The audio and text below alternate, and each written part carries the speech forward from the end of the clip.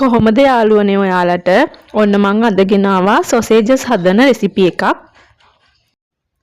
මම මෙතන chicken gram 500ක් අරන් තියෙනවා. ඒකට බේකොල, ගම්මිරිස්, සුදුලූණු, ලූණු, ඉඟුරු, ලුණු කුඩු එකතු කරලා වතුර වැඩියෙන් දාලා හොඳට තඹ ගන්නවා.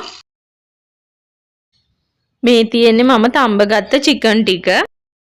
මම වතුර මිලිලීටර් 250ක් අරගෙන ඒකට ජෙලටින් ග්‍රෑම් 25ක් එකතු කරලා හොඳට දිය කර ගන්නවා.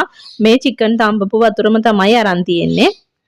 චිකන් ටිකේ කටු ටික ඉවත් කරලා මම ඒක බ්ලෙන්ඩර් කප් එකට දාලා ඒකටම අර වතුර ටිකත් එකතු කර ගන්නවා. ඊට පස්සේ බීට් අලයක් අරගෙන ඒක හොඳට ග්‍රේට් කරලා වතුර ටිකක් එකතු කරලා ඒකේ යුෂ ටිකත් අරගන්න ඕන. ඒකෙන් තමයි අපි මේ සොසේජස් එකේ පාට හදාගන්නේ. දැන් ඒ ටිකත් මේකට එකතු කරගන්නවා. මේ වෙලාවේ ඔයාලට පුළුවන් මිරිස්, ගම්මිරිස් එහෙම එකතු කරගන්න. මම මෙතන මිරිස් කුඩු විතරයි එකතු කරගන්නේ. මේ ඔයාලට පේන්නේ මම මේක බ්ලෙන්ඩ් කරගත්තට පස්සේ දැන් මේක මම කප් එකකට දාලා ෆ්‍රිජ් එකේ යට කොටසේ තියලා හයි වෙනකල් තියාගන්නවා. මේක පැය 2-3ක් තියාගත්තාම හොඳටම ඇති. එතකොට හයි වෙනවා.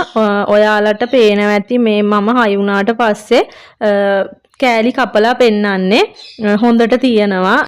මේක තම්බලා තියෙන නිසා අපිට අමුවෙන්ම කන්න පුළුවන්. ඒ කියන්නේ ලිපේ තියලා රත් කරන්න දෙයක් නැහැ.